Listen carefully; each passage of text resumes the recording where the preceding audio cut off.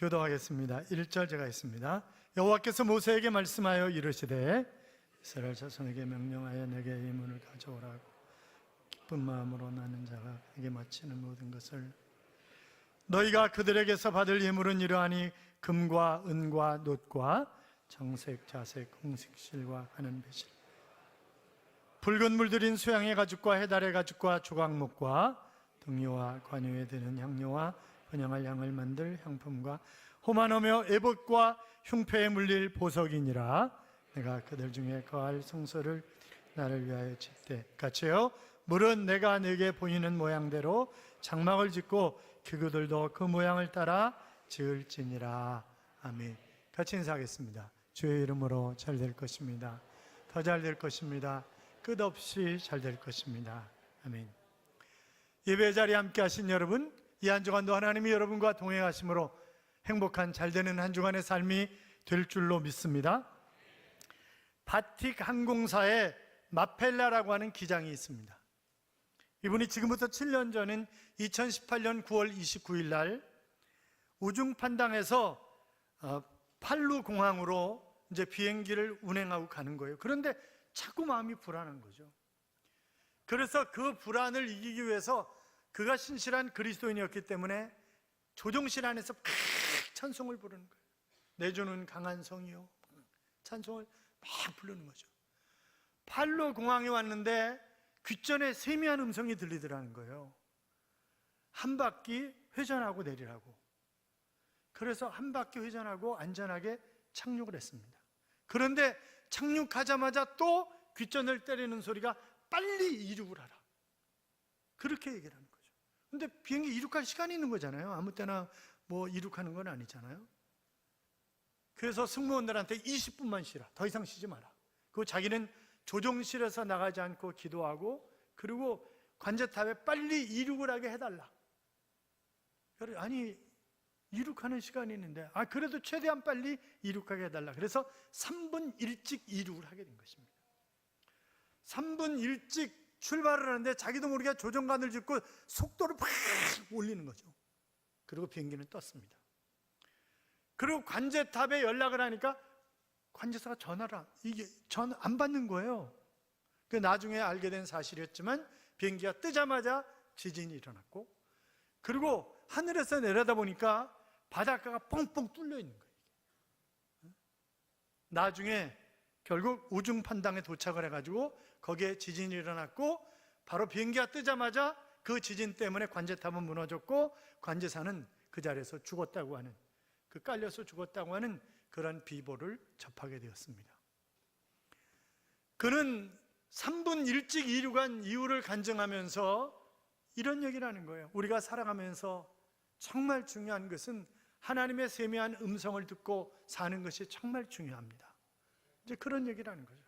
여러분, 우리가 말씀을 읽는 중에, 기도하는 중에, 찬송을 부르는 중에, 또 우리가 자연을 바라보면서 그 가운데 하나님이 말씀하시는 그런 세미한 음성을 들을 수 있어야 하나님의 인도하심을 받고 내 삶이 평안한 삶을 살아갈 수가 있는 것입니다.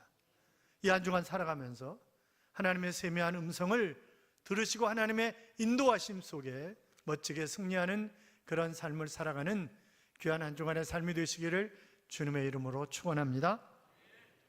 이스라엘 백성을 출애굽시킨 하나님은 이 가나안에 들어가기 전에 이 광야 생활 40년 동안 그분은 철저하게 이스라엘 백성들을 인도하셨습니다. 출애굽기 6장 1절에 보시면 여호와께서 모세에게 이르시되 이제 내가 바로에게 하는 일을 네가 보리라. 강한 손으로 말미암아 바로가 그들을 보내리라. 강한 손으로 말미암아 바로가 그들을 그의 땅에서 쫓아내리라 그랬습니다. 강조하는 게 뭐예요? 하나님의 강한 손으로 너희를 붙잡아 주겠다, 너희와 함께 하겠다, 그래서 내가 일을 이루겠다, 이렇게 말씀하시는 것입니다. 하나님의 강한 손은 어제나 오늘이나, 아니 이 한 주간도 하나님이 우리와 동행하셔서 능력 있는 그런 삶을 살아가게 하실 줄로 믿습니다. 성경에 보면 아브라함이 믿음이 약해져서 그랄 지방으로 내려갔을 때 하나님의 강한 손으로 바로 이 아브라함과 그의 아내 사라를 아비멜렉으로부터 지켜주시는 것을 볼 수 있습니다. 모세가 아말렉과 싸울 때에도 하나님이 강한 손으로 그를 붙잡으셔서 승리하게 하시는 것을 볼 수 있습니다. 다니엘의 세 친구였던 사드락, 메삭, 아벳느고가 평소보다 7배나 더 뜨거운 풀무불 속에 던져줬을 때 주님은 그 안에 함께 계시면서 그들을 붙잡아 주셨고 그들은 머리카락 하나 상하지 않고 나올 수가 있었습니다. 다니엘이 사자굴 속에 들어갔을 때에도 하나님의 강한 손이 그를 붙잡으시고 사자의 입을 막으셔서 그를 건지시는 그런 장면도 우리가 볼 수 있습니다. 베드로전서 1장 5절에 보시면 너희는 말세에 나타내기로 예비하신 구원을 얻기 위하여 믿음으로 말미암아 하나님의 능력으로 보호하심을 받았느니라 그랬습니다. 사랑하는 여러분, 내가 지금까지 살아온 것 하나님의 보호하심이라고 믿으십니까? 믿으시면 크게 아멘. 아멘. 그렇습니다. 자, 그런데 이 광야는 사람이 살 수 없는 곳이에요. 사막이 있고 죽음이 있습니다. 농사를 지을 수 없고 물도 없습니다.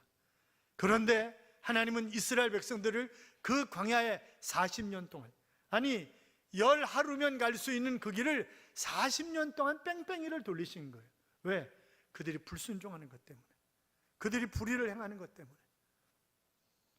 우리가 살고 있는 세상이 바로 광야입니다.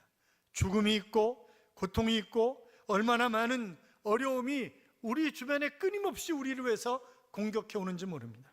산다는 것이 이렇게 힘들고 어려운 것인가 라고 하는 것을 우리가 늘 느끼면서 살아가는 거잖아요.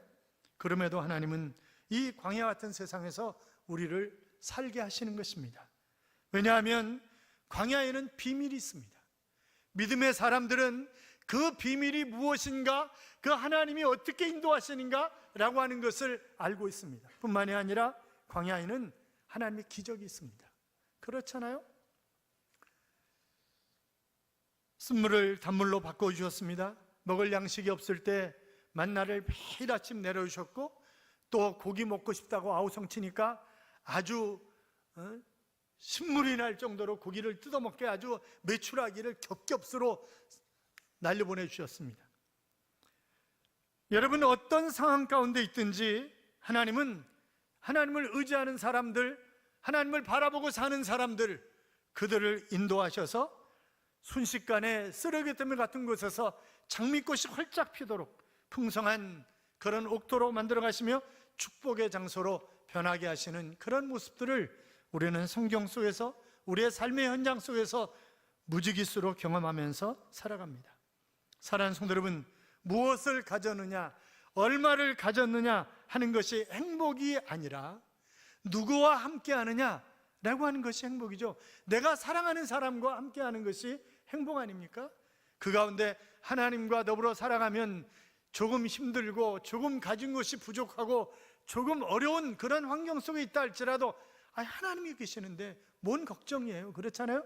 궁극적으로 그분이 시온의 대로를 여실 것이고 그분이 놀라운 역사를 이루실 것이기 때문에 걱정하지 않는 것입니다.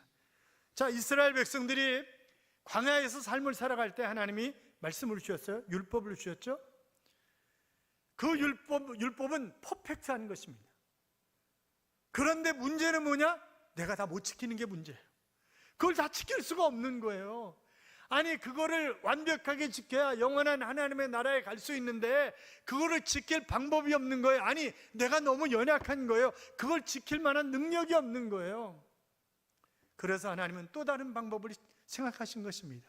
그리고 모세를 다시 시내산으로 끌어올리셔서 하나의 블루프린트를 주셨는데 그것이 뭐예요? 성막 설계도입니다. 여러분, 율법만 주셨다면 우린 망하는 거예요. 우린 영원한 천국에 갈 수가 없어요. 그런데 성막 때문에 우리가 바로 죄 용서를 받고, 그리고 또 새로운 사명을 부여받고 축복의 장에서, 은혜의 장에서 살아갈 수가 있는 것입니다. 성막의 복이 무엇입니까? 자, 1절 2절 봐요. 1절 2절 같이 읽겠습니다. 여호와께서 모세에게 말씀하여 이르시되 이스라엘 자손에게 명령하여 내게 예물을 가져오라 하고 기쁜 마음으로 내는 자가 내게 바치는 모든 것들을 너희는 받을지니라. 아멘. 지금 하나님이 모세에게 이스라엘 백성들에게 가져오라 그렇게 가는 거예요. 뭐를요? 내 집을 지을 것을, 내가 거할 집을 지을 재료들을 가져오라, 그러면서 3절부터 아카시아 나무, 할 거 없이 여러 가지 보석, 실, 여러 종류들을 가져오라고 하시면서 다시 8절에서 내가 거할 집이다, 이렇게 말씀하고 계시는 것을 우리가 보게 됩니다. 사랑하는 여러분, 하나님이 내가 가지고 있는 것 가지고 뭐 하시겠다는 거예요? 하나님이 집을 짓겠다는 거예요. 하나님이 계실 곳을 짓겠다는 거예요. 그러니까 내가 쓰임받을 수 있다는 것이 얼마나 감사해요. 아니, 내가 없는 것 딴 데서 구해오라는 것이 아니라 내가 가지고 있는 것, 그것 가지고 하나님이 거하실 그런 집을. 자, 그러니까 여기 보면 다 가져라. 그런데 안 받으시는 게 있어요. 조건이 있어요. 2절 다시 읽어요. 2절 다시 읽어요. 이스라엘 자손에게 명령하여 내게 예물을 가져오라 하고 기쁜 마음으로 내는 자가 내게 바치는 모든 것을 너희는 받을지니라. 아멘. 자, 어떤 것을 받는다? 기쁨으로 내는 것을 받는다. 그러니까 억지로 인색함으로 체면 때문에 내는 것, 그거 안 받으신다는 거예요. 기쁨으로 내는 것만. 그런데 너무 많이 가져와가지고 이제는 제발 그만 가져라고, 그런 모습을 우리가 출애굽기에서 발견할 수 있습니다만, 여러분, 성막이 왜 복입니까? 내가 거할 집이라고 그랬어요. 내가 거할 장소. 그러니까 성막이 하나님의 복인 것은 거기에 하나님이 계시기 때문에 성막이 복이 되는 것입니다. 여러분, 이스라엘 백성들이 자, 율법을 주셨어요. 율법을 다 지키지 못했어요. 죄를 지었어요. 그럼 죄 문제를 어디서 해결안 받을 거예요, 그들이? 그래서 성막에 가서 짐승을 잡아가지고 그 짐승의 머리 위에다가 손을 얹고 기도하고 내 죄를 전가시키고, 이 짐승을 잡아서 각을 떠서 불에 태워서 드리고 피를 갖다가 지성소 안에 뿌리고, 이제 그러면서 죄 용서를 받는 거예요, 그들이. 그러니까 하나님이 이스라엘 백성들의 죄를 용서하기 위해서 성막이라고 하는 것을 만들어서, 그래서 그곳에 와서 이제 백성들이 가지고 오면, 그러면 제사장들이 그것을 가지고 하나님 앞에 제사를 드리고, 그리고 7월 10일 1년에 한 번 지성소 안에 들어가서 피를 뿌리고 이러면서 바로 백성들의 죄를 용서함 받고 하는 것입니다. 그러니까 성막이라고 하는 것은 내 죄가 용서되고, 그리고 또 새로운 사명을 부여받고 하는 그런 장소였기 때문에 그 장소가 복 있는 장소일 뿐만이 아니라 또 그 안에 들어가면 두렵고 떨림으로 이제 있는 거죠. 그리고 하나님을 생각하는 거예요. 아, 지금까지 살아온 모든 것이 다 하나님의 은혜구나. 내가 죄 짓고 살았음에도 불구하고 하나님이 나를 살려주신 것, 죄의 싹은 사망이요, 그런데 나를 살려주신 것, 이것은 전적인 하나님의 은혜가 아닌가. 그러면서 하나님 앞에 감사제를 드리는 거예요. 그러니까 이 성막이 결국 복이다. 성막 자체가 복이다. 아니, 그 안에서 함께 하시는 하나님이 복이죠. 그래서 이스라엘 백성들이 광야 40년 동안, 여러분 40년의 세월이 얼마나 긴 세월이, 짧은 세월이 아니에요. 그렇잖아요. 광야에서 물도 제대로 없고 먹을 양식도 없고, 그런데 하나님이 굶기시지 않았고, 아니, 그들이 신발을 신고 가는데 40년 동안 신발이 헤어지질 않는 거예요. 옷이 헤어지질 않는 거예요. 그런 복이 어디 있어요? 그렇잖아요. 그런 복을 누리면서 우리에게, 그래서 행진을 할 때도 먼저 그 성막 안에 있는 법궤가 앞에 탁 서는 거예요. 그러면 2000규빗쯤 떨어져. 규빗은 여기서부터 여기까지가 1규빗이에요. 45점 몇 센치인데 그냥 50cm라고 생각하면 2000규빗이면 얼마예요? 한 1km 정도 뒤에 떨어지는 거예요, 백성들이. 그리고 쫙 따라가는 거예요. 그러면 모든 백성들이 저 앞에 법궤가, 그건 뭐예요? 하나님을 상징하는 거예요. 하나님이 우리 앞서 가신다. 그리고 거기 덥잖아요. 낮에는 구름 기둥으로, 밤에는 또 기온이 확 내려가요. 그러니까 추워. 그 밤에는 또 불 기둥으로 하나님이 인도해 가시는 거예요.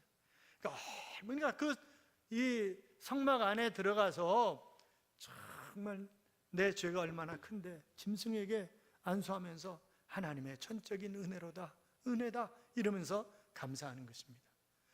여러분, 그 성막이 신약에 와서 바로 교회예요. 교회.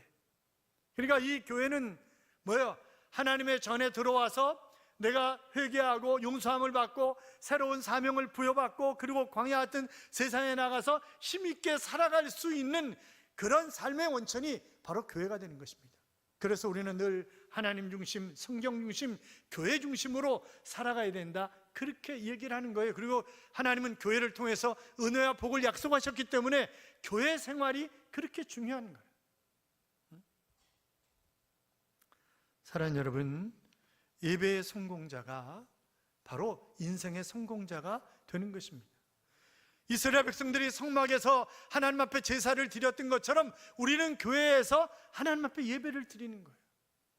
우리가 피치 못할 사정 때문에 온라인으로 예배를 드릴 수도 있습니다. 그러나 우리는 교회에 나와서 예배를 드려야 되는 거예요.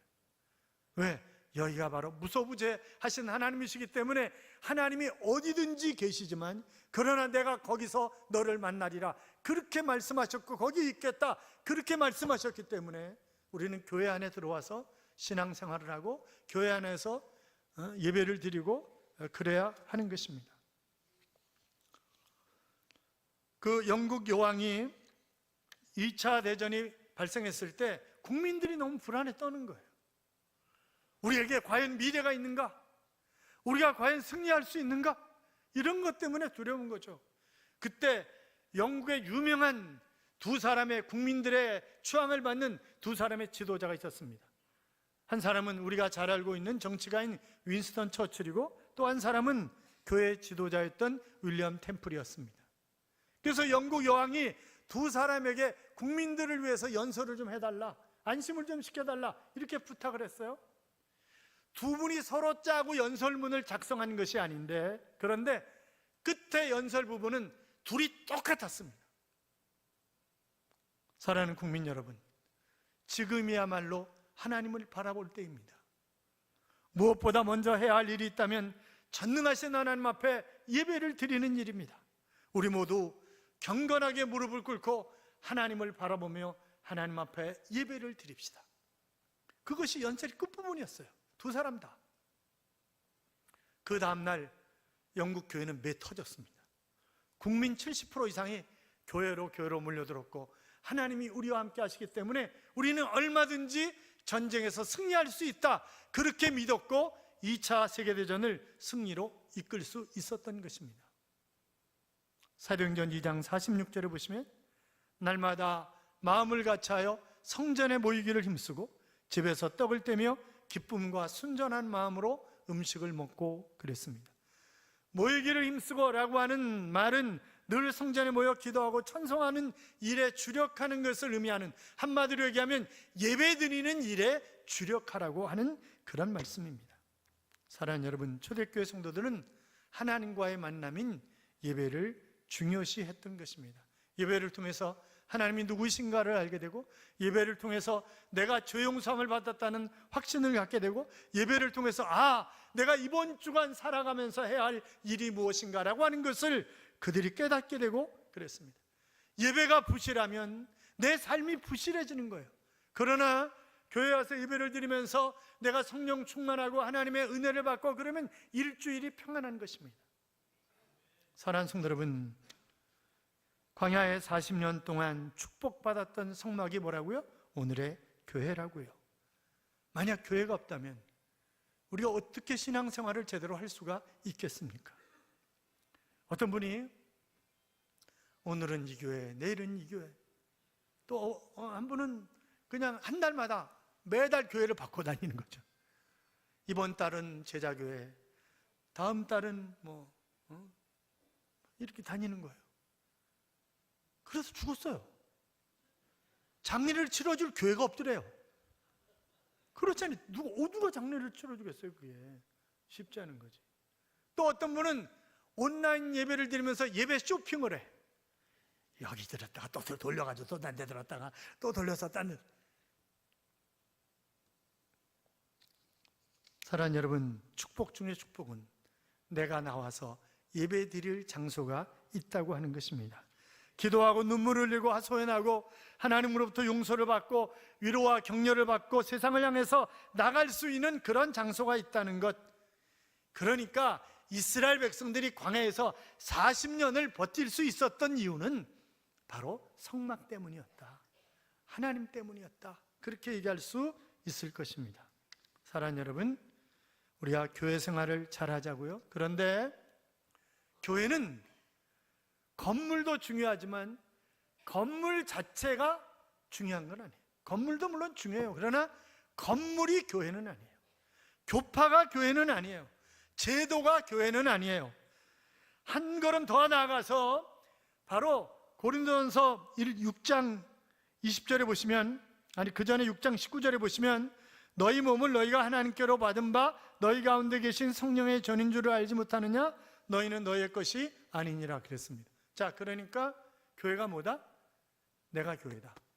내 몸이 교회인 거예요.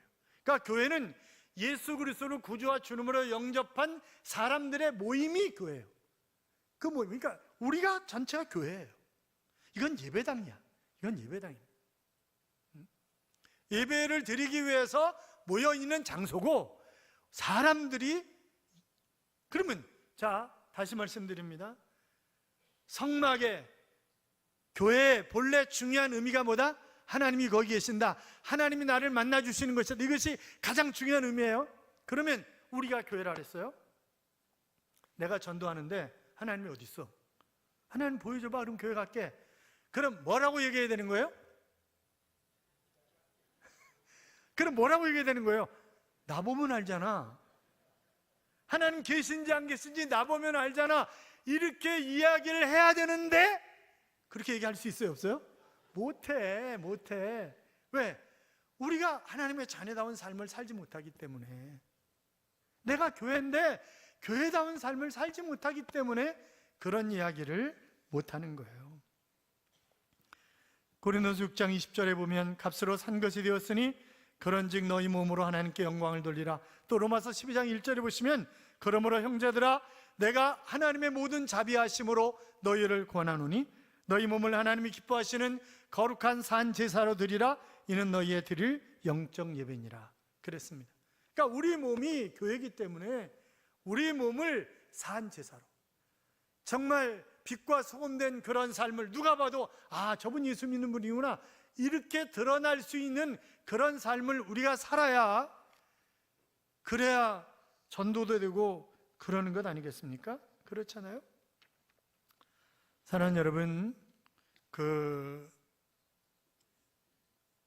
혹시나 다른 교회 다니시는 분들이 오늘 우리 교회를 방문하셨다든지 그러면 여러분이 다니는 교회를 비판하거나 그러지 마시고, 교회를 사랑하시고 교회에 부족한 면이 보이면 눈물로 기도해 주시고 좋은 교회를 함께 만들어 가야 하는 것입니다.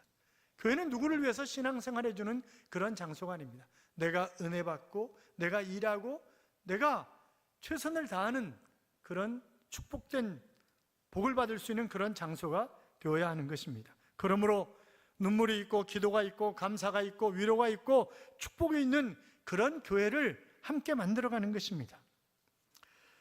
전도하시는 여러분, 다른 교회에서 신앙생활을 잘하는 사람을 빼오시면 안 됩니다. 그것은 교회를 허무는 일입니다. 아니, 그러니까 그 갈매만 카페에도 그런 글이 올라왔었다는 거, 제가 뭐 여자가 아니니까 갈매만 카페에 들어가서 볼 일이 없지만, 그 전에 제가 말씀드렸잖아요. 그 토요일 날 새벽같이 와가지고 벨 눌러가지고 전도하는 사람이 누구냐? 그러니까 그 아파트 경비가 제자교회라고 그래가지고 거기다 올렸는데 나중에 알아보니까 제자교회가 아니에요. 우리가 그렇게 무식하게 전도하지는 않아요. 근데 이제 아마 학교 앞에서 먹을 것 나눠주면서 전도하고 이런 글들이 올라오는 모양이에요. 그런데 또 이제 열심히 전도하다 보니까 뭐 이제 예수 믿으니까 나 교회 다녀요. 그러니까 우리 교회가 더 좋아요. 이렇게 얘기하는 거지. 우리 교회가 더 좋아요. 우리 목사님이 훨씬 더 좋아요. 그렇게 얘기하지 마요. 응?